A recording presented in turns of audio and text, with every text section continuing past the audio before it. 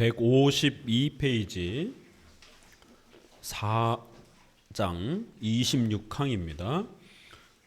그리스도의 은혜만이 죄에 대한 진정한 보석을 제공하며 양심의 평화를 준다. 26항 그리스도는 완전한 보석을 제공하셨다. 그래서 회개도 여러 단계로 자꾸 나누면 안 되고 용서도 자꾸 여러 단계로 나누면 안 된다라는 것이에요.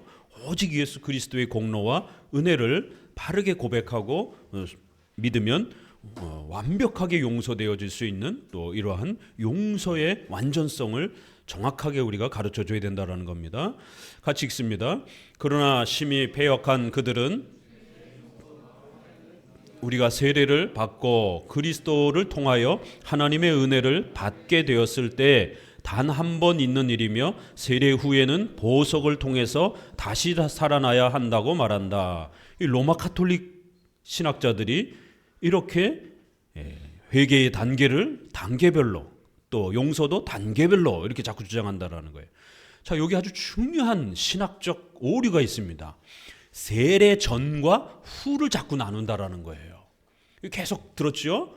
그런데 오늘날 회중파와 로이드 존스와 이런 분들이 세례 전후에 뭔가 그리스도인들이 추가적으로 더 받아야 되는 것이 있는 것처럼 이렇게 말한단 말이에요. 오순절파 경건주의자들이 이렇게 세례를 부정하진 않아요.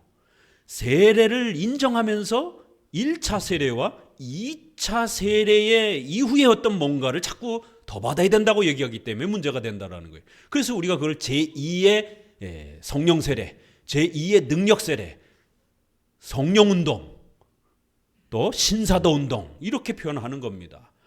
세례는 첫 번째 단계이고 세례 후에 더 뭔가 능력의 체험을 받아야만이 제대로 된 신자가 된다는 거예요.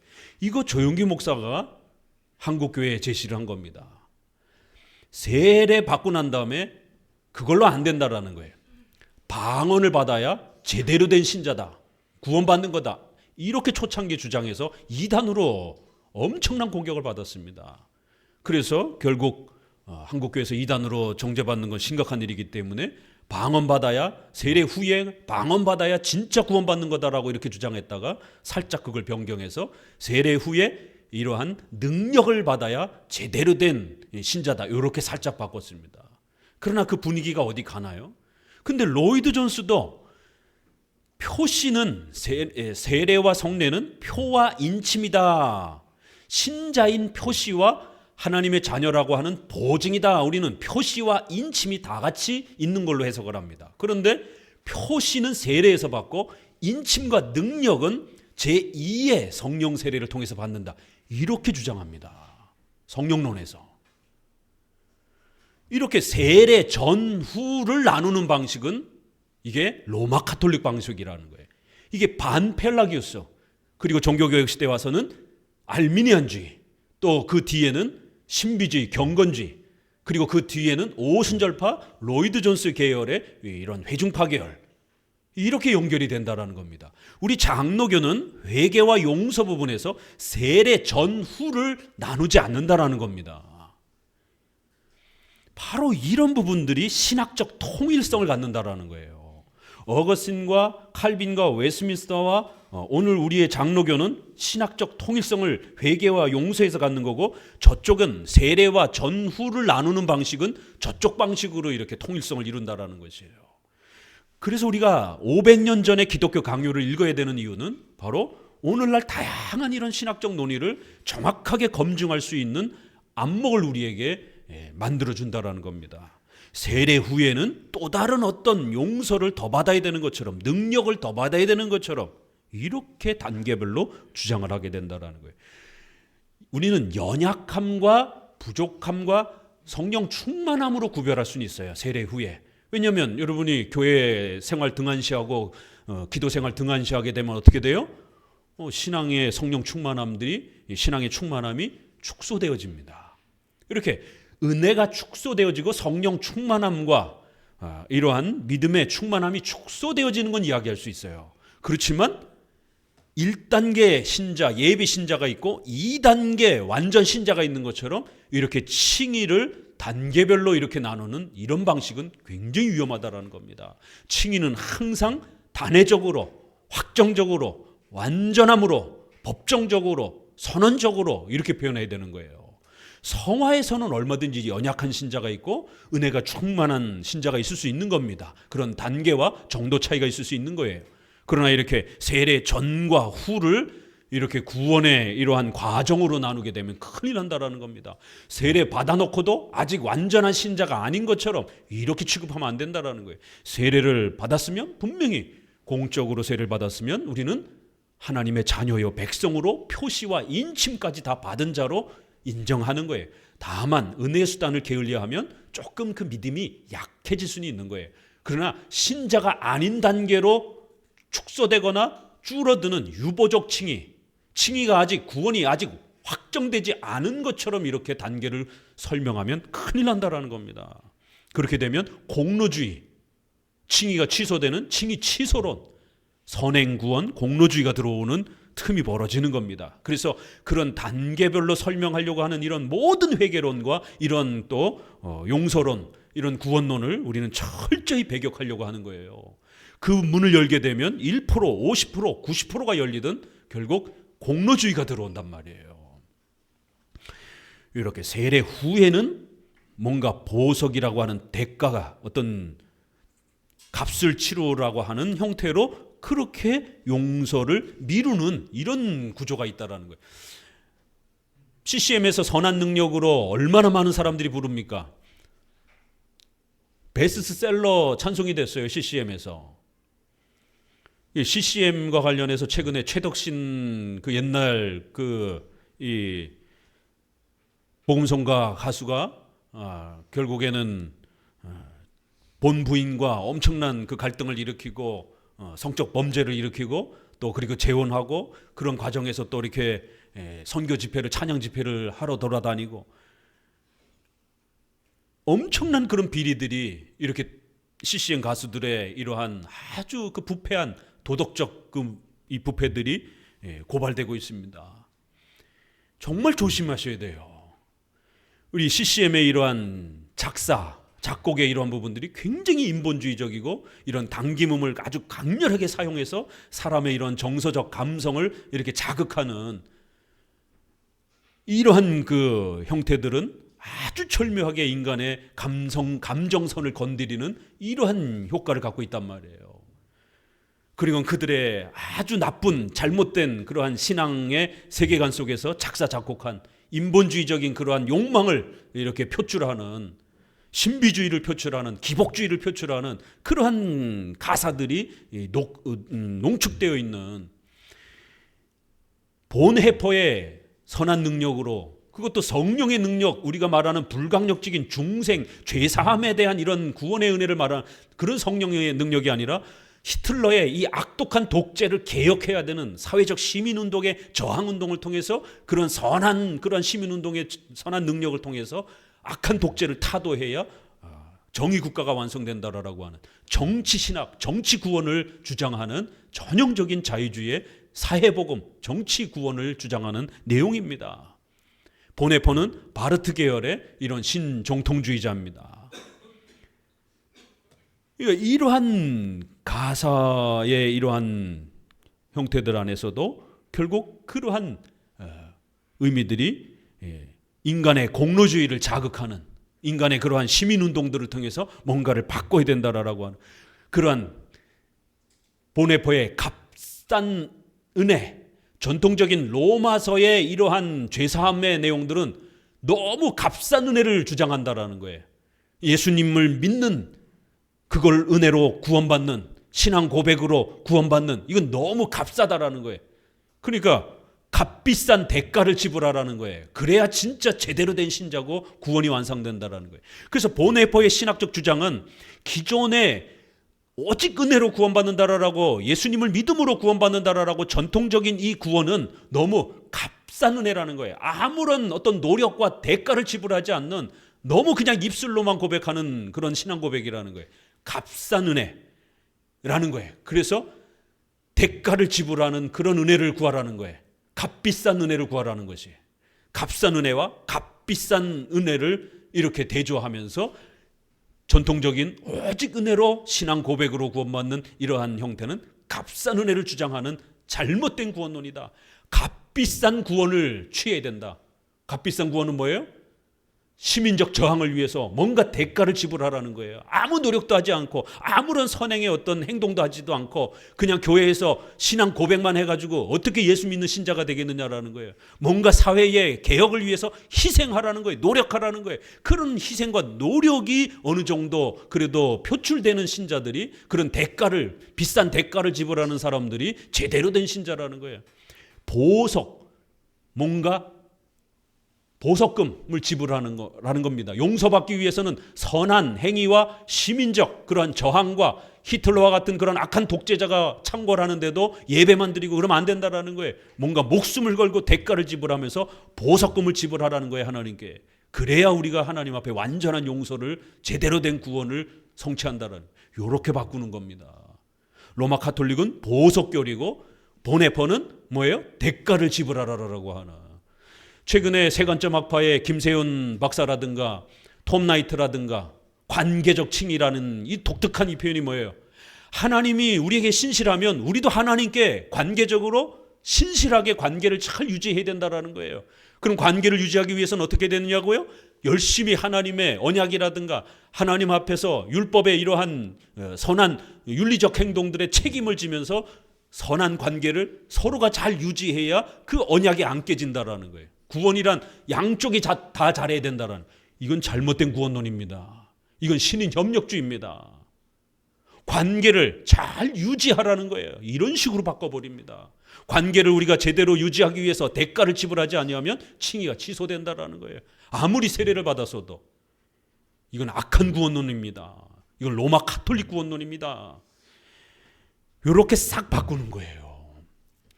세례 후에는 어떤 대가를 더 줘야 되는 것처럼 오직 예수 그리스도의 십자가의 공로와 보혈의 피로 우리가 마치 용서되어지지 않는 것처럼, 그건 1차 단계고 2차에 뭔가 대가를 더 윤리적인 종교적인 경건함의 어떤 대가를 더 내놓으라는 거예요. 이렇게 되면 고행주의가 되고 공로주의가 되는 겁니다. 여러 형태로 모양만 바뀌었지 신학 원리는 똑같다라는 겁니다. 자, 중간쯤에 베드로전서 2장 24절 그 밑에 줄, 둘째 줄 아래 같이 읽어봅니다. 곧 세례에서 죄에 대한 모든 현세적 징벌이 완화되지만 세례 후에는 회개의 도움으로 더욱 경감되어 그리스도의 십자가와 우리의 회개가 협력하게 된다고 한다. 이런 구조라는 겁니다. 그러나 요한이 한 말은 성경에서 소개하고 있는 방식은 전혀 다르다라는 거예요. 요한 1서에도 보면 누가 죄를 범하면 하나님 앞에 우리의 대언자가 있으니 오직 예수 그리스도로 우리가 모든 용서를 받는다라는 거예요. 요한 1서 2장 12절에도 죄 사함을 얻는다라는 거예요. 여기에 반만 얻는다 이게 아니잖아요. 완전히 용서받는다라는 거예요.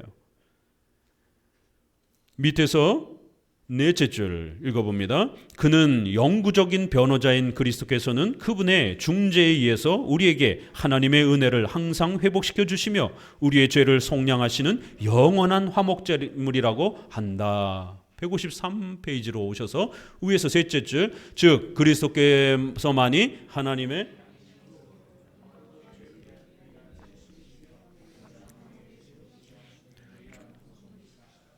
죄를 용서하는 권리와 권한은 아버지께 고유한 것이며 우리가 이미 본 바와 같이 이 점에서 그는 아들과 구별되시지만 여기서 그리스도를 다루는 수준에서 둔다.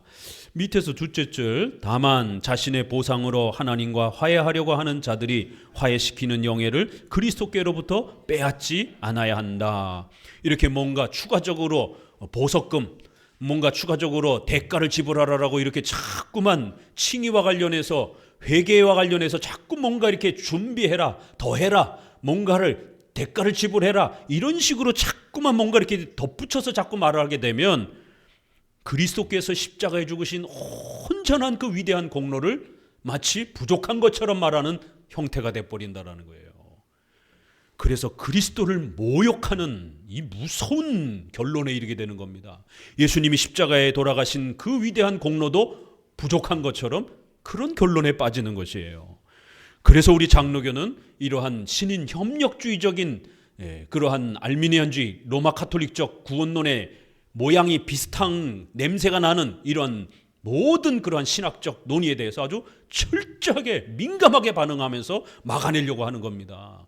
그런 구원론이 교회 안에 들어오게 되면 결국 인간의 노력으로 보태야 되는 신인협력주의가 되고, 그렇게 되면 그러한 구원론으로는 절대로 구원받을 수 없습니다. 27항 로마 교회의 교리는 그리스도의 영광을 탈취하며 양심의 확신을 빼앗는다. 바로 이런 결론 때문에 문제가 되는 거예요. 같이 읽습니다. 그리고 우리는 여기서 두 가지를 고려해야 한다. 즉 그리스도의 영광을 완전히 지켜 손상됨이 없도록 하며 양심이 죄사함을 받았다는 확신을 얻어 하나님과의 화평을 누려야 한다는 것이다. 이렇게 예수 그리스도의 공로로 우리가 완벽하게 구원받을 수 있다라고 하는 이 칭의론을 정확하게 지키셔야 된다는 거예요. 이게 확보가 되면 성도들은 구원의 확신과 위로를 얻게 되는 거예요. 그런데 첫 번째가 흔들리게 되면 구원의 확신도 흔들리는 겁니다. 재미난 사실은 지난번에 그 회심 준비론 거기에서 논의할 때에 청중과 질문하는데 어떤 청년이 저는 예수님을 믿기는 하는데 아직도 구원의 확신이 없습니다. 어떻게 해야 되죠? 라고 질문을 했더니만 어떻게 대답을 했겠어요? 결국 너 자신을 점검해라. 또 회개의 준비 단계를 제대로 짚어봐라. 이렇게 답변이 되는 거예요. 결국 이런 식으로 자꾸만 단계별로 이렇게 자꾸만 회개와 용서를 이렇게 연결을 하게 되면 그리스도의 공로로 완벽하게 구원받는 이 틀이 깨지게 되고, 그렇게 되면 가장 큰 피해는 성도들이 구원의 확신을 못 갖는다라는 겁니다. 계속해서 내가 제대로 용서받았나? 내가 제대로 회개했나? 내가 그 준비 단계를 완벽하게 거쳤나? 철저하게 진정성 있게 내가 회개했나? 이 두려운 고민에 계속 딜레마에 빠지면서 결국 구원받았나 못 받았나 죽을 때까지 헷갈린다라는 겁니다. 그러니까 거기서 한 발 더 가니까 오순절파라든가 순복음파는 뭐라 그래요? 방언, 금가루, 금리빨, 또 막 쓰러짐, 이런 외적인 현상을 통해서 구원 유무를 이제 주려고 그렇게 유혹하게 되는 것입니다. 정말 조심하셔야 되는 것이에요. 성경에는 분명히 우리에게 말한다라는 거예요. 우리가 죄를 정확하게 깨닫고 예수님이 누구신지를 정확하게 깨닫고 그 예수님을 우리가 고백하면 이사야 53장에 그가 채찍에 맞음으로 우리가 나음을 얻었다. 베드로전서 2장에도 그가 나무에 달려 그 몸으로 우리 죄를 담당하셨다. 이런 성경의 많은 말씀들을 통해서 우리가 예수님을 믿고 우리가 죄인임을 고백하면 우리의 모든 죄가 단 한 번 완벽하게 용서된다라는 거예요. 그럼 우리는 하나님의 자녀가 되는 것이지 되어 가는 게 아니라는 겁니다. 밑에서 셋째 줄 읽어봅시다. 예를 들면 최초의 정화가 있은 후에 우리는 그리스도의 고난의 효력을 느낀다고 그들은 말한다. 여기도 보세요. 처음에 용서가 있고 1단계, 그 다음에 2단계에는 회개에 의한 우리 자신의 자기 점검과 또 내 자신의 그러한 윤리적인 그러한 선행의 강력한 실천과 이러한 여러 가지 대가를 지불하는 이러한 종교적 헌신, 보석을 분량에 비례해서 그 그리스도의 고난의 효력이 우리 안에 열매 맺게 된다라고 이렇게 단계별로 자꾸 얘기를 한다라는 거예요. 이렇게 되면 2단계만 나오겠냐라는 거예요. 3단계, 4단계, 5단계도 나오게 되죠. 그러면 죽을 때까지 용서의 확신을 못 누리는 겁니다.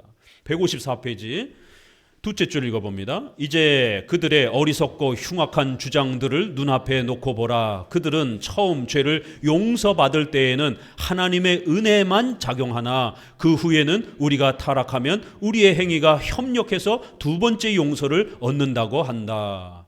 이러니까 로마 카톨릭이 헷갈리는 거예요. 절대로 인간의 행위로 구원받는다라고 말하지 않습니다. 하나님의 은혜로 구원받는다 이렇게 말하는 거예요. 시작은 그렇게 말해요. 알미니안주의자들도 하나님의 은혜로 구원받는다라고 말합니다. 이번에 회심준비론과 관련해서 계속해서 저와 논쟁을 할 때 저들의 반박이 끊임없이 그 말을 합니다. 우리는 절대로 인간의 선행을 통해서 인간의 자유의지를 통해서 구원을 준비할 수 있다라고 말하는 그런 회심 준비론이 아닙니다.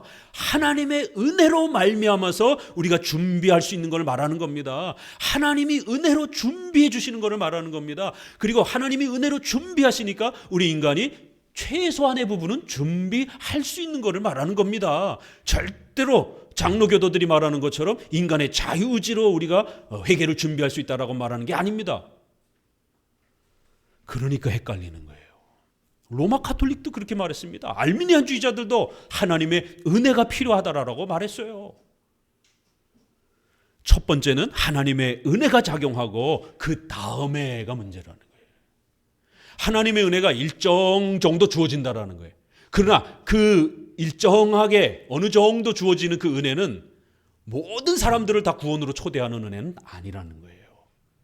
그러니까 나머지는 우리가 최선을 다해서 회개를 준비하고 또 종교적인 경건의 이런 열심을 최선을 다해서 준비하다 보면 조금 더 젖은 장작이 불에 탈 수 있는 정도로 젖은 거를 조금 말리는 정도, 불을 태우지는 못하지만 젖은 걸 조금 말리는 정도는 우리가 할 수 있다는 겁니다.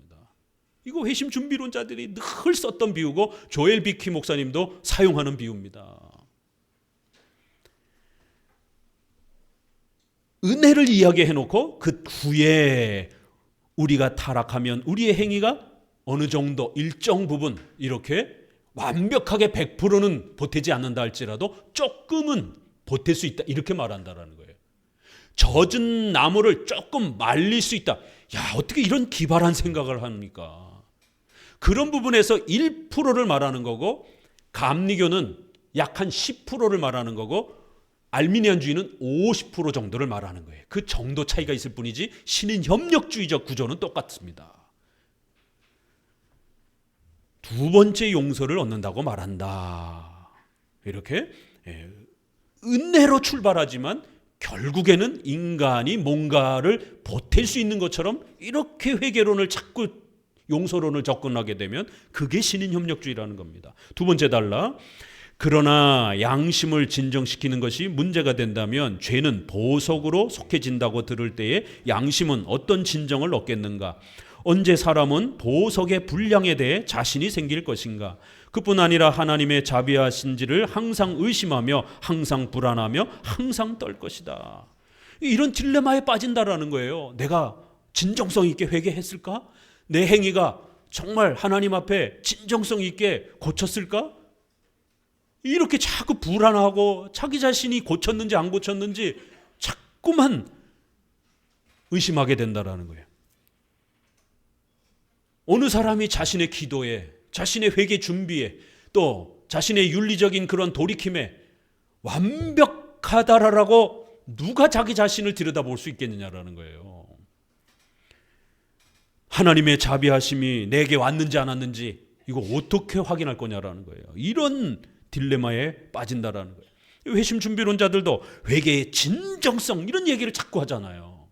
그리고 또 삶의 완벽한 변화를 자꾸 요구한단 말이에요. 그래서 회개에 아주 철저한 진정성 있는 회개, 또 아무리 신앙 고백을 했다 할지라도 그들의 생활을 통해서 변화가 나타나지 않는다라면 그건 진정한 회개로 볼 수 없다 이러면서 결국 교리보다는 삶이 중요하다, 삶으로 나타나지 않는 그러한 교리의 고백은 가짜다 이런 말들을 하는 거예요. 그러니까 전통적으로 우리 장로교가 교리가 신앙의 기초다라고 말하는 이것과 비슷비슷하다 보니까 헷갈리는 거예요. 우리는 그 교리로부터 교리가 바르게 이해하면 점차적으로 생활의 변화가 나타난다라고 말하는데 이들은 교리 갖고는 안 되고 반드시 생활로 검증을 하고 테스트를 하고 확증을 해봐야 된다라는 것이. 그렇게 되면 선한 윤리적인 행동이 그것도 진정성 있게 완전하게 나타나지 않는 사람들은 칭의를 못 받은 사람이 돼버리는 겁니다. 그러면 자연적으로 처음에는 은혜로 믿음으로 구원받는다고 출발했지만 지나치게 진정성과 성도들의 생활의 변화를 너무 자기 부정을 강조하다가 결국 대부분의 성도들이 구원받지 못한 사태가 벌어지게 되고, 그 완벽한 회개와 성화의 변화를 열매를 맺지 못한 자들은 구원받지 못한 자들로 계속 정죄하게 되니까 성도들은 엄청난 구원의 불안감에 빠지면서 자기가 구원받지 못한 자로 낙심하게 된다는 겁니다. 여러분, 서울에서 유명한 그 청교도 주장하는 목사님들 설교 한번, 특별히 죄와 관련된 설교 들어보세요. 제 설교랑 비교해 보세요. 로마서 설교 지금 계속 진행이 될 겁니다. 우리 장로교는 죄를 어떻게 말하는가, 또 용서를 어떻게 말하는가. 그럴 때 청교도 목사님들의 설교를 들어보세요. 죄는 아주 굉장히 무섭게 지적을 하는데 구원의 이 확신에 대해서는 굉장히 인색합니다. 그리고 죄를 굉장히 세게 강조하는데 하나님의 주권은 별로 강조하지 않아요. 인간의 죄에 대한 책임만 지나치게 강조를 하는 거예요. 그렇게 되면 알미니안주의에 빠지게 됩니다. 알미니안주의가 그걸 잘하는 거거든요. 하나님의 주권보다는 인간 자신에게 뭔가, 인류의 역사의 모든 구원의 역사든 뭐든 다 인간의 책임에 달려있는 것처럼 균형 있게 말해야 됩니다. 하나님의 절대 주권과 인간의 죄에 대한 책임을 균형 있게 말을 해야 하나님의 은혜 속에서 우리가 구원받는, 내 자신의 잘못은 내가 고백하면서 그럼에도 하나님의 은혜 속에서 구원받는 이 성경적 회개와 구원론이 정확하게 자리 잡을 수 있는 것이에요. 죄를 지적한다라고 해서 그게 다 올바른 설교는 아닙니다. 죄를 너무 세고 극단적으로 강조하게 되면 오히려 아무도 회개할 수 없는 절망의 상태로, 공포적인 형태로 끌고 가게 됩니다. 죄를 책망해서 훈계하는 것까지는 좋지만 거기서 더 나아가서 공포적으로 끌고 가게 되면, 시한부 종말론에서 종말론을 공포적으로 끌고 가게 되면 그거는 성도들에게 종말론을 협박하는 형태가 되는 겁니다. 종말론의 이러한 올바름을 우리가 깨우쳐서 경각심을 갖도록 하는 것까지는 괜찮지만 공포심을 불어넣게 되면 안 되는 거예요. 그 종이 한 장처럼 비슷해 보입니다. 회개론도 공포적 회개론으로 끌고 가면 안 되는 겁니다. 칼빈이 계속 지금 그걸 지적하는 거예요. 회개는 분명히 말해야 된다. 그러나 너무 지나치게 넘어가서 공포적으로 두려움에 빠져서 아무도 회개할 수 없는, 이러한 구원의 확신을 얻을 수 없는 그러한 극단적 단계로 그렇게 회개를 끌고 가면 안 된다는 거예요. 또 회개를 너무 질질질질 끌어도 안 된다는 거예요. 그렇게 되면 아무도 회개할 수 없는 상황이 벌어진다는 겁니다. 회개를 너무 지나치게 말을 해서 문제가 되는 겁니다. 로마 카톨릭도 고해성사, 연옥교리, 면죄부, 이게 다 회개 강조하다가 벌어진 일들이에요. 그러니까 오늘날은 기복주의도 문제지만 이렇게 잘해보자고 시작했다가 회개를 너무 세게 강조하는 이런 최근의 회중파 계열의, 또 이러한 엄격주의 계열에서의 이러한 극단적 회개론도 또 다른 피해를 성도들에게 주고 있다는 겁니다. 결국 다 같은 신학의 원리가 이렇게 로마 카톨릭의 알미니안주의 신학에서 나오는 겁니다. 1% 나왔든 10% 나왔든 50% 나왔든 결국 그 신학 원리의 싹은 똑같다라는 거예요. 그래서 우리는 그런 부분들을 아주 애초에 잘라내야 된다라는 겁니다. 그런 식으로 회개하고 용서받는 게 아니라는 거예요. 자, 28항으로 넘어와서 여러 가지 차이점과 반대 의견을 비판적으로 이제 우리가 검토해 보자라는 거예요. 28항은 소제와 대제. 결국 이렇게 회개를 자꾸 여러 단계로 나누고 회개를 여러 개로 준비해서 이렇게 늘리게 되면 대제와 소제 개념이 형성될 수밖에 없다라는 겁니다. 왜냐하면 인간의 연약함 때문에 모든 십계명과 관련된 그 많은 상세한 죄들을 기억할 수도 없고 다 찾아낼 수도 없고 그걸 다 일일이 기억해서 회개할 수도 없다라는 거예요. 그러니까 목사도 그거를 수천 수만 가지가 되는 그 죄들을 설교 시간에 다 지적할 수 있어요? 못하는 거예요. 그러니까 청교도 목사들도 몇 가지만 간추려서 세게 지적을 하는 거예요. 그러니까 성도들 입장에서는 저것만 조심하면 되겠구나 라고 이렇게 자연적으로 편중이 된다라는 겁니다. 그래서 로마 카톨릭도 하다 보니까 모든 죄를 다 회개하라. 완전 회개론. 삶에 있어서도 완전하게 거룩하게 회개하면서 살아가라. 완전 성화론. 그러나 우리 장로교는 불완전 성화론, 불완전 회개론, 신앙 고백적 회개론이잖아요.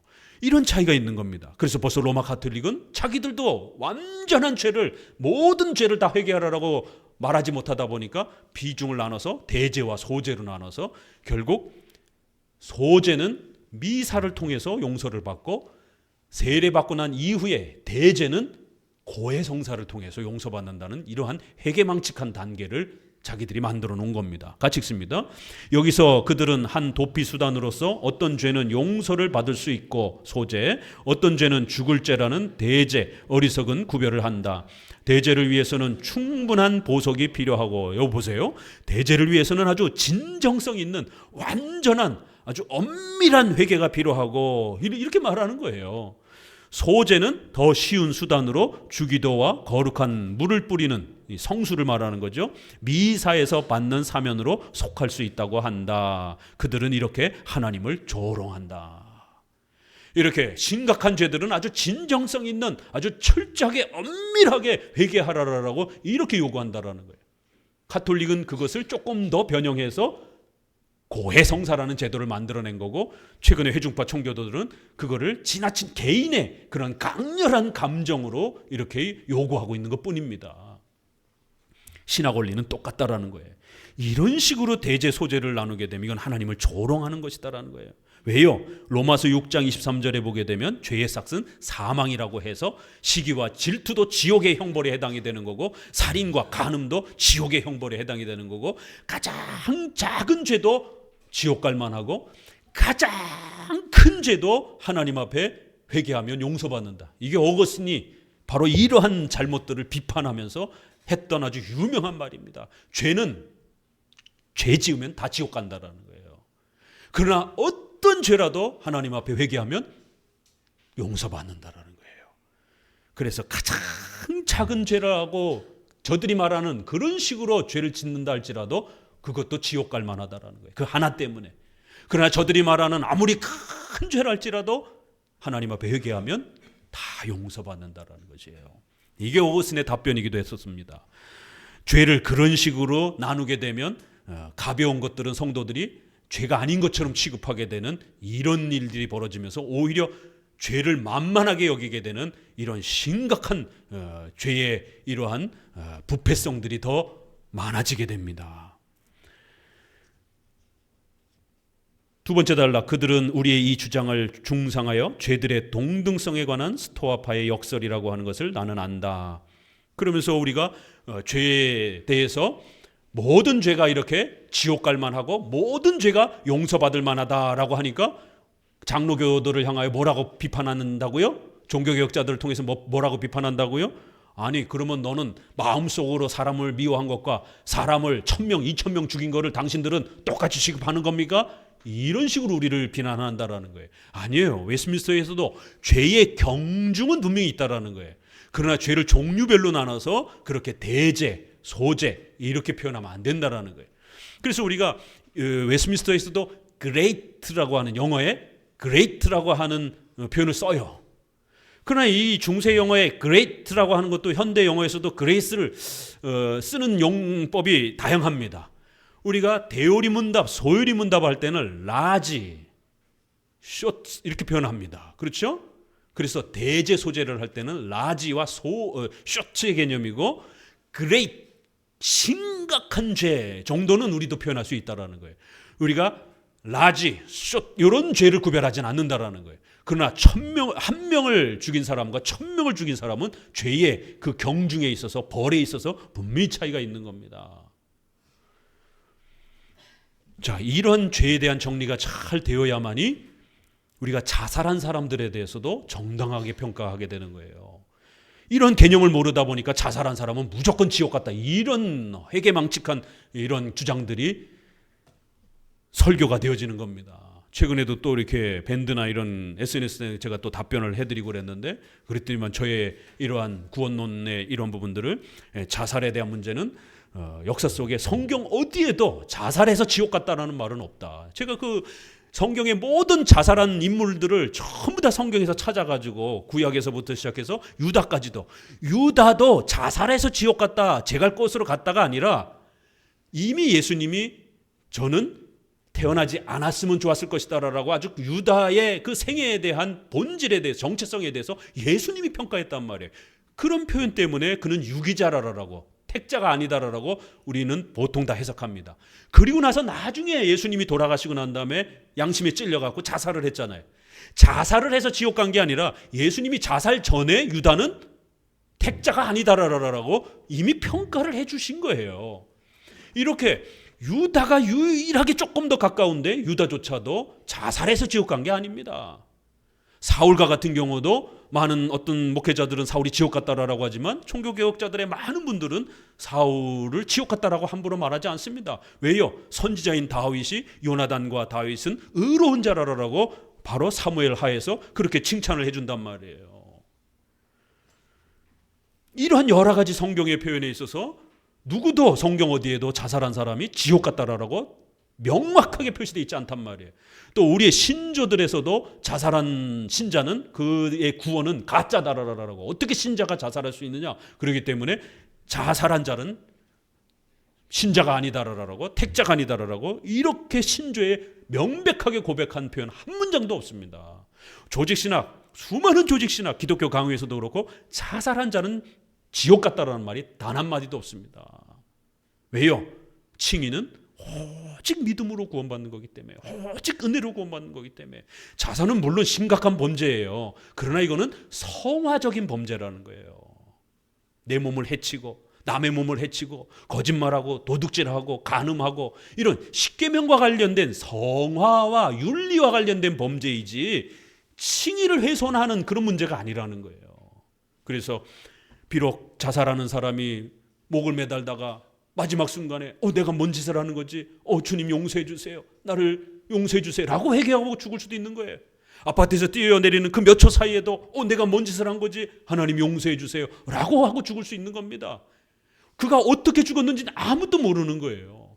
십자가상에 죽어가는 그 강도 중에 한쪽에 있는 강도가 그 시간이 얼마큼 됐는지 아무도 해석할 수가 없습니다. 한쪽 강도는 예수님을 비난했지만 한쪽 강도는 예수님은 의로운 자라라고 하고 예수님이 가는 나라에 저도 가고 싶다라고 하면서 예수님 뭐라 그래요? 오늘 내가 나와 함께 낙원에 있을 것이다. 그럼 그 예수님과 그 강도가 서로 죽어가면서 마지막 그 순간에 얼마큼 몇 초에 몇 분 동안 그 대화를 했는지 성경은 침묵하고 있습니다. 아주 짧은 시간에 대화한 거예요. 그렇기 때문에 죽어가는 그 마지막 순간에도 하나님 앞에 회개하면 용서가 되어지는 것이에요. 이렇게 오직 믿음으로 오직 은혜로 구원받는다는 것은 어마어마한 내용입니다. 이 이신칭의 이 가치를 제대로 모르니까 성도들이 자꾸 나태해지고 게을러지는 이것 때문에 속상해가지고 성도들을 자꾸 야단치려고 하다가 칭이라고 하는 이 위대한 보물을 자꾸 건들게 되는 거예요. 훼손시키게 되고 그리스도의 공로를 자꾸 망가뜨리게 되는 겁니다. 오직 예수 그리스도의 그 단 한 번의 희생의 죽으심을 통해서 우리가 그 예수님을 받아들이면 완벽하게 용서가 된다는 이 이신칭의는요 어마어마한 겁니다. 그렇게 시기, 질투, 자살, 간음 이런 걸로 훼손되어질 수 있는 그런 영역이 아니라는 거예요. 사울뿐만 아니라 다윗의 곁에 있었던 요압도 그렇고 얼마나 훌륭한 장군들이 다윗을 목숨을 걸고 왕으로 만들었던 부하들이 있습니다. 근데 요압이 나중에 솔로몬 반대편에 섰어요. 그래서 다 처단됐습니다. 그러면 요압도 지옥 갔습니까? 심각한 거죠. 자살, 간음뿐만 아니라 이렇게 정치적으로 반대편에 섰다고 해서 다 지옥 갑니까? 그러면 멀쩡히 예수님 믿는 사람들이었고 다윗의 가장 사랑하는 측근들이었는데 그 한 번 잘못된 것 때문에 그럼 그는 신자가 아닙니까? 여태 신자로 취급받다가 이렇게 구원론과 회개론을 제대로 정리를 못하니까 사람들을 정죄하게 되고 자기는 마치 대단한 위치에 서 있는 것처럼 여기고 자살한 사람들이라든가 또 실수한 사람들이라든가 또 이렇게 연약하게 살아가는 성도들을 갖다가 막 정죄하는, 그래놓고 나중에 자기도 중요한 순간에 실수를 하고 범죄에 빠지게 되면 본인도 이제 그 정죄를 받는 거예요. 그럼 나도 지옥 가면 어떡하지? 이런 사태가 벌어지는 거예요. 오직 은혜로 오직 믿음으로 구원받는다는 이 개념 하나 자체가 아직도 안 잡혀져 있는 거예요. 우리의 모든 행위를 넘어서는 겁니다. 오직 예수 그리스도의 공로로 구원받는다는 것은 어마어마한 겁니다. 그래서 이렇게 하나님을 조롱하는, 죄를 이렇게 단계별로 늘리고 용서를 단계별로 이렇게 자꾸만 늘리는 이런 신앙의 구원론과 회개로는 그리스도를 조롱하는 아주 심각한 교리가 된다는 겁니다. 신 목사님이 자꾸만 인터넷에서 이렇게 회심 준비론과 알미니안주의자들의 이러한 회개론을 자꾸 비판을 하니까 신 목사는 싸움 딱이다. 이렇게 자꾸만 이렇게 비난을 하고 조롱을 합니다. 그러나 이게 저의 명예라든가 무슨 제가 돈 벌기 위해서 이런 것들을 한다라면 그런 문제가 되겠지만, 이거는 성경을 해석하는 거고 진리를 지키는 문제이기 때문에 어떤 욕을 먹어도 괜찮은 겁니다. 한 사람이라도 이신칭의의 이러한 위대함을 우리 장로교 설교를 통해서 올바른 회개론과 구원론을 깨닫고 진정한 용서와 구원의 확신을 얻으신다라면 그걸로 충분한 것이에요. 이렇게 올바른 목소리를 내주는 목회자와 신학자가 없으면 오늘날 신인협력주의가 전 교회를 다 지배하게 되는 겁니다. 칼빈 시대에도 그 온갖 고초와 욕을 먹으면서 루터와 칼빈과 같은 이런 훌륭한 목회자들이 자신의 전생애를 희생하면서 이렇게 목소리를 죽을 때까지 냈기 때문에 그 유산이 우리에게 남아있고, 오늘날도 이 이신칭의의 이러한 오직 은혜로, 오직 그리스도의 공로로 구원받는 이 바른 구원론이 이렇게 아직도 유지가 되는 겁니다. 29항 156페이지, 죄가 용서되면 벌도 면제가 된다. 이렇게 이제 용서 부분으로 또 넘어가는 거예요. 같이 읽습니다. 그들이 몸을 빼려고 했으나 널리 알려져 있듯이 물은 떨어지지 않는다. 그들은 벌과 재책을 구별하고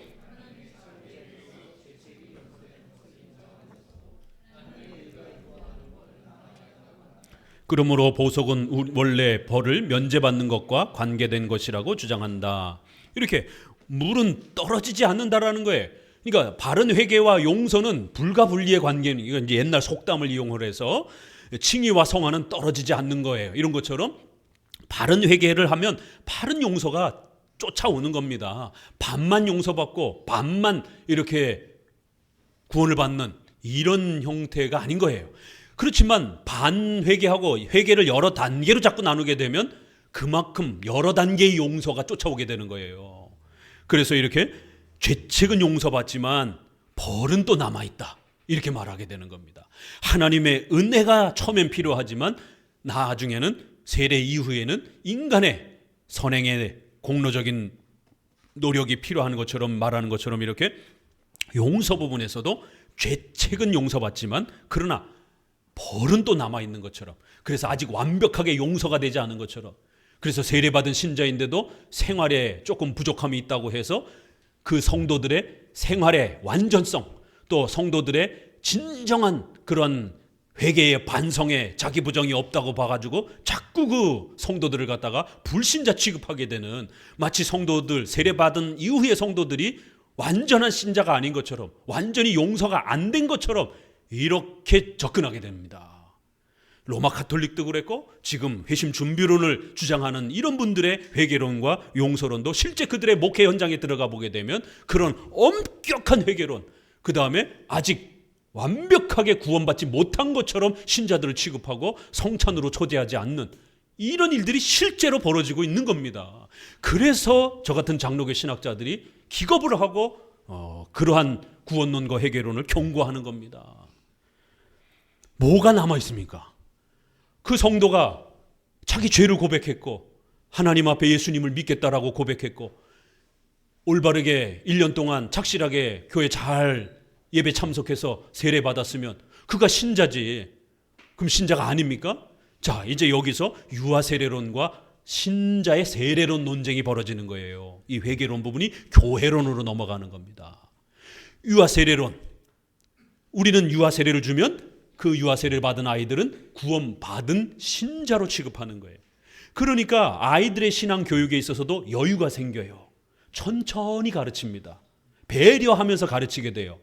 그런데 침례교라든가 존 오웬의 은혜언약과 같은 이런 회중파의 세례로는 유아 세례는 인정하고 침례교는 아예 그것도 인정하지 않고, 회중파의 이러한 대표적 신학자들은 유아 세례는 인정하지만 여전히 아이들은 세례받아서도 지옥에 있다, 이렇게 해석해요.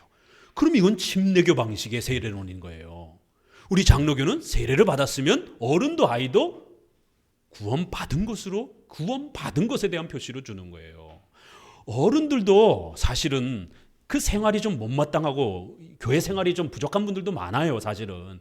그래도 바르게 신앙 고백하고 주일 성수 잘하면 세례를 주는 겁니다. 세례를 줬으면 가능한 한 그가 명백히 교회를 떠나고 그가 명백히 죽을 때까지 예수님을 부정하지 않는 이상 세례를 받은 신자들은 우리 장로교는 가능한 한 신자로 인정하는 겁니다. 이거를 사랑의 판단이라 그래요. 목회자도 신이 아니기 때문에 그 세례를 주는 방식에 있어서 이 사람이 100% 완벽하게 구원받은 자인지 안 받은 자인지 검증을 못합니다. 그건 하나님만이 할 수 있는 거예요. 그래서 세례받은 신자 안에도 분명히 가짜는 있어요. 그러나 우리 장로교는 어디에 더 초점을 맞추는 거예요? 구원받은 신자로서 사랑의 판단을 하는 거예요. 이걸 사랑의 판단이라는 거예요. 세례론에서, 교회론에서. 그런데 회중파나 침례교라든가 이 알미니안주의자들은 가능한 한 세례 받아서도 세례 후에 뭐가 또 남아있기 때문에 구원받지 못한 걸로 취급하는 겁니다. 그래서 회중파 설교들을 들어보시게 되면, 청교도 설교 들어보시게 되면 세례받은 신자일지라도 가짜 신자라고, 당신이 세례받은 신자랄지라도 구원받지 못할 수도 있다라고, 자기를 점검하라라고, 이런 소리를 아주 굉장히 많이 하는 겁니다. 세례받은 신자라고 다 신자가 아닙니다, 이런 말들을 강조하는 거예요. 물론 가짜가 있어요. 그러나 그 가짜에 너무 집중을 하는 거예요. 그래서 여러분 모두 다 완전한 신자라고 너무 장담하지 마십시오, 이런 쪽으로 설교 패턴을 맞추는 겁니다. 그러나 우리 장로교는 아무리 그 속에 가짜가 있을 수 있을지라도 90%는 이상은 하나님의 백성으로, 신자로 취급하면서 그렇게 대하고 그렇게 설교하는 겁니다. 우리는 신자를 초점으로 좀 더 대상으로 바라보면서 설교를 하는데, 이쪽은 신자가 아닌 걸 전제하고 설교를 하는 겁니다. 어른 신자도 세례받은 신자랄지라도 신자로 취급하지 않는 거예요. 왜요? 그 삶의 진정성, 완전한 변화가 확인되지 않으면 신자가 아니라는 겁니다. 이번 주에도 한 분이 찾아오셔서 한 3시간을 주중에 같이 논의하면서 이러한 장로교에 관심을 갖는 분과 또 상담을 하기도 했습니다. 그분도 이러한 회중파 청교도 계열에 또 속해서 설교를 듣다가 아무리 생각해봐도 이게 이상한 것 같아서 결국 인터넷에서 목사님 설교를 이렇게 듣고 비교해보면서 이거 뭐가 이상하구나, 구원론에서도 그렇고 또 자녀가 있다 보니까 자녀를 어떻게 키워야 되는지, 회중파는 구원받지 못한 세례를 받았어도, 그러니까 엄격주의를 하는 거예요. 몽둥이를 들고서라도 아이를 죄로부터 끄집어내기 위해서 아주 엄격하게 어려서부터 그렇게 훈육하는 겁니다. 그러니까 엄격주의가 되는 거예요. 과격한 이런 자녀교육이 되는 겁니다. 청교도 계열에서 그런 일들이 비일비재합니다. 그러나 우리 장로교는 구원받은 신자로 보기 때문에 비록 아이가 부모의 기준에 못 미친다 할지라도 이 은혜 언약과 교회의 세례의 은혜의 수단을 인정하고 아이들을 천천히 교육하고 아이들을 배려하면서 아이들을 국률이 여기면서 교육하게 돼요. 그러니까 부모 자식 간의 관계가 좋아집니다. 그런데 몽둥이를 두들겨 패면서 1시간씩 기도하고 1시간씩 찬양하고 금식하고 어려서부터 이렇게 강렬한 회개를 애들한테 요구하고 그러니까 애들이 기겁을 하는 거예요. 결국 부모의 이 무서운 신앙을 뛰쳐나가 버립니다. 그래서 저와 얘기를 하다가 그러니까 이제 이해가 되는 것 같아요. 자기네 교회가 왜 그렇게 그런 부분에서 엄격한지. 그래서 결국 목사님의 자녀가 자살을 하려고 했다라는 거예요.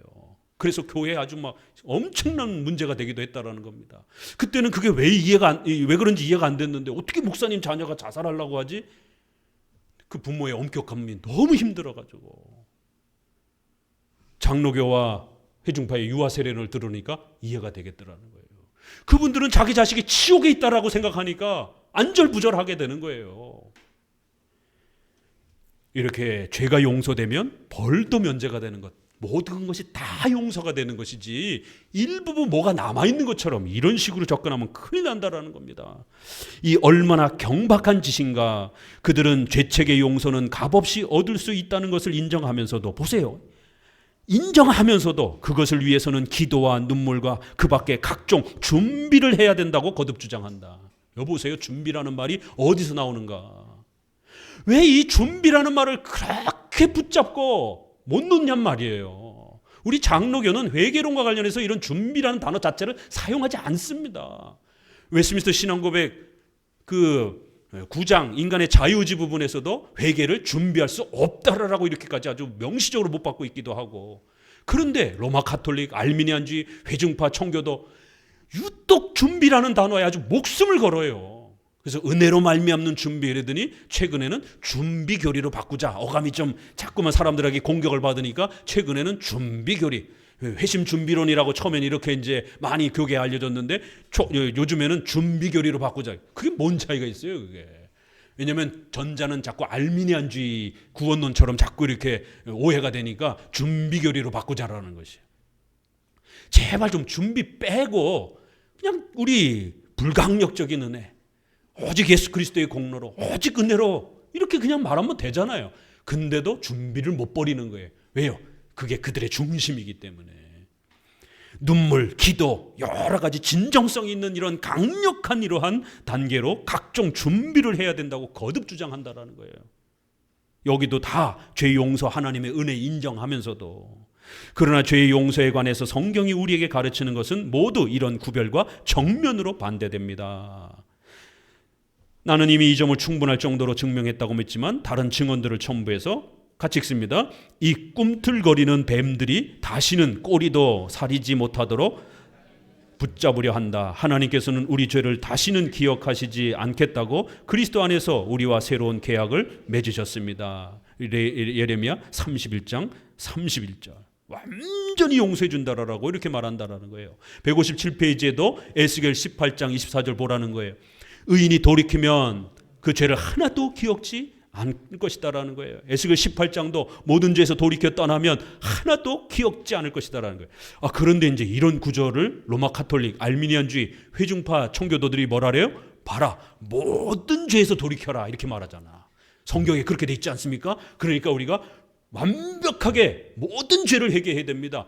또 완벽하게 회개하기 위해서는 철저한 준비를 통해서 가능한 한 많은 죄의 목록을 회개해야 됩니다. 이걸 또 그런 식으로 또 이렇게 해석합니다. 참 이러니까 다르고 다른 거예요.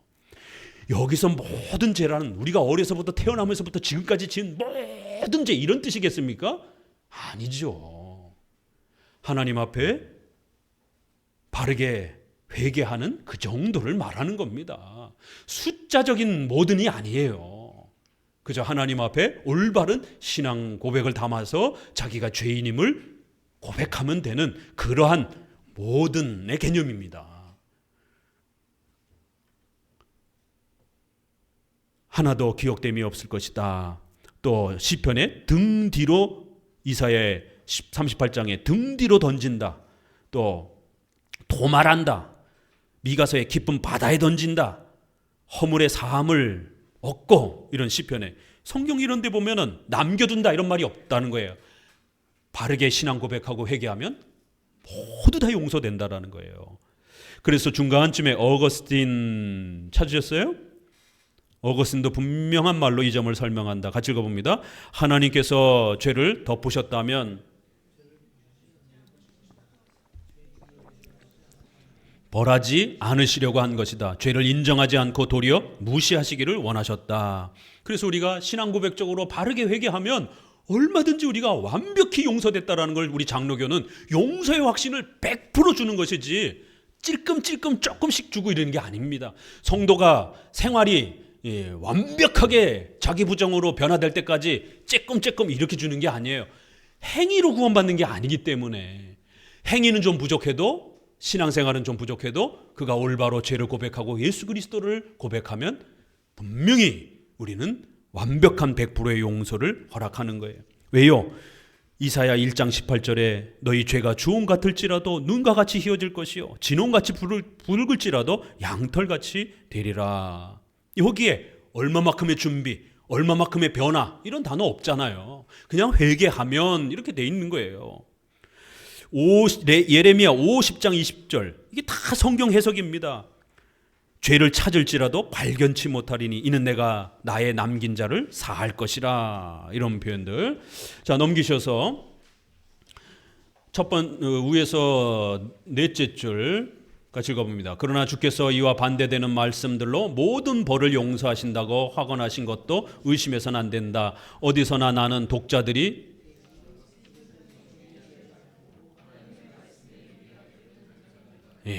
그렇기 때문에 회개를 여러 단계로 나누게 되면 용서도 여러 단계로 이해가 되어지게 되는 거예요. 그래서 우리가 용서받았다라는 것도 이거 어떻게 확인할 거예요? 무슨 뭐 표시가 내려옵니까? 어디서 하늘에서 뭐가 뚝 떨어져요? 아무것도 없어요. 예수님이 우리를 용서했다라고 하는 것도 우리가 신앙 고백으로 믿음으로 받아들일 수밖에 없는 겁니다. 그래서 하나님의 말씀에서 우리의 모든 죄를 용서했다라고 이렇게 하나님이 약속하고 있다라면 적어도 교회 질서를 따라서 세례를 받는 그러한 바른 합법적인 질서에 참여했으면 용서도 100% 완벽하게 얻은 걸로 확신하시면 되는 거예요. 그래서 여러분 세례 받으신 것 얼마나 소중한 구원의 위대한 표시여 인침인지를 장로교는 아주 자부심 있게 강조해 주는 겁니다. 우리 장로교는 세례를 강조해 주지 세례 이후에 뭔가 제2의 뭐를 강조하는 게 아닙니다. 장로교는 세례에 목숨 거는 거예요. 그래서 유아 세례도 강조하는 거고 어른 세례도 아주 소중하게 다뤄주는 겁니다. 여러분이 세례 받은 것 소중하게 간직하며 살으라는 것이에요. 30항 그리스도의 특별 희생만이 벌과 죄책을 제거할 수 있다. 비슷한 표현이기 때문에 어렵지 않습니다. 나는 만일 우리의 죄에 대한 벌이 필요하다면 그리스도께서는 우리에게 무엇을 주셨냐고 묻고자 한다. 그가 나무에 달려 우리의 모든 죄를 그의 몸에 지니셨다라고 말할 때 우리는 그가 우리의 죄에 해당되는 벌을 받으셨다는 뜻으로 말하기 때문이다. 이사에 그가 징계를 받음으로 우리가 평화를 누리고 예수님이 우리 대신 벌을 받았다라고 성경은 끊임없이 말한다라는 거예요. 중간쯤에 로마서 3장 24절에 구속이라는 단어, 그 다음에 조금 내려오셔서 속전이라는 단어, 이 희생이라는 단어, 이거 다 죄값을 지불한다 이런 뜻이라는 거예요. 구속, 속죄, 희생, 이거 다 노예를 사올 때 노예의 몸값을 지불하는 그러한 용어예요. 그래서 우리의 죄값을 예수님이 다 지불했다라는 겁니다. 십자가에 죽으시면서. 그렇기 때문에 뭐가 남아있는 게 아니라는 겁니다. 159페이지 출애굽기 30장 여기 위에서 한 4-5줄 거기에 여호와께서는 한 6줄 정도 읽읍시다. 여호와께서는 전연 죄에 대한 배상을 행위로 치르라고 명령하시지 않고 속죄의 제물만을 요구하시는 것은 무엇 때문인가? 이것은 그의 심판을 무마하는 한 가지 보석이 있다는 것을 증거하고자 하시는 것이 아닌가? 이스라엘 백성이 드린 제물은 사람의 행위로 인정되지 않고 그 본질에 따라서 그리스도의 특별한 희생에 따라서 판단되었다. 그래서 구약에서도 짐승의 희생 제물로 이렇게 용서받는 이러한 법을 비유로 가르쳤다라는 거예요. 그래서 장차 오실 예수님의 희생 제물로 우리가 완벽하게 용서된다라는 이 단 한 번의 이 속죄 제물만을 우리에게 가르친다라는 거예요. 두 번째 단락. 그들이 더욱 교묘한 도피 수단을 강구해서 영원한 벌과 일시적인 벌을 구별하는 것을 나는 안다. 이렇게 회개, 용서, 벌을 자꾸 이렇게 단계별로 나누게 되는 거예요.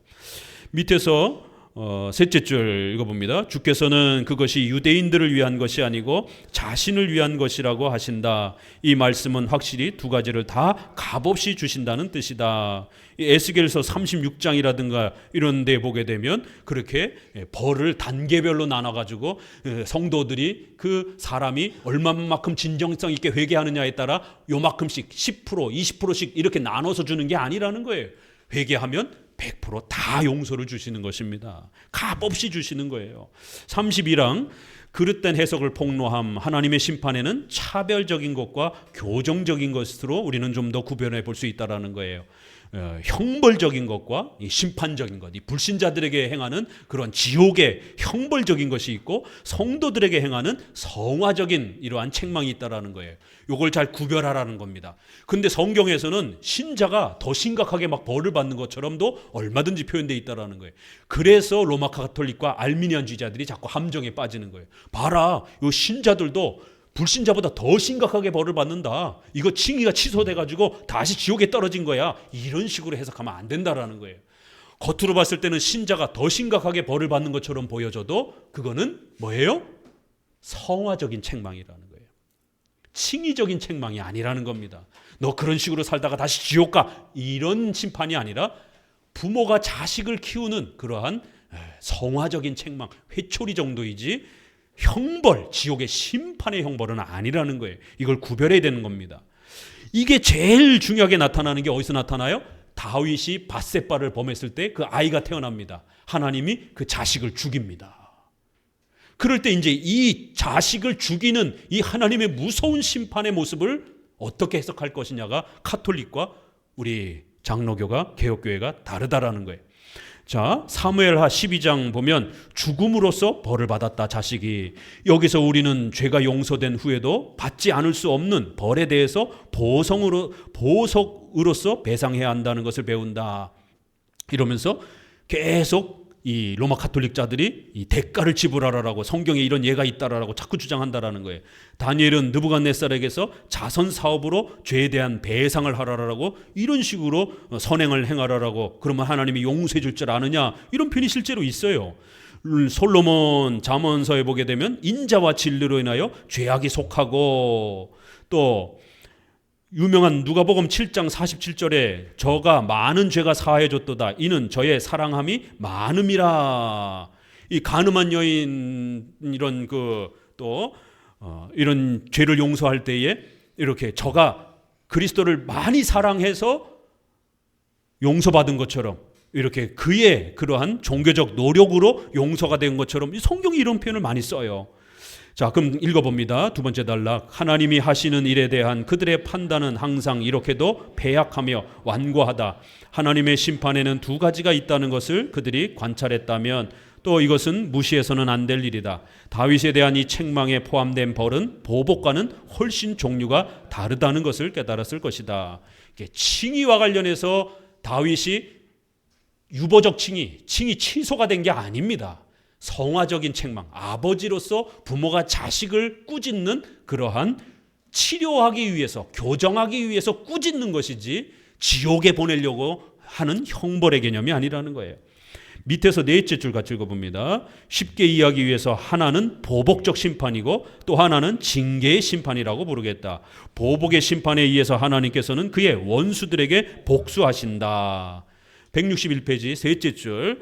징계의 심판에서는 하나님은 엄하심은 노여움에 이르지 않으며 멸망시키려고 벌하시는 것이 아니다. 따라서 이것은 벌이나 보복이라기보다는 교정이나 경고나 이런 치료에 해당이 되는 것이다라는 거예요.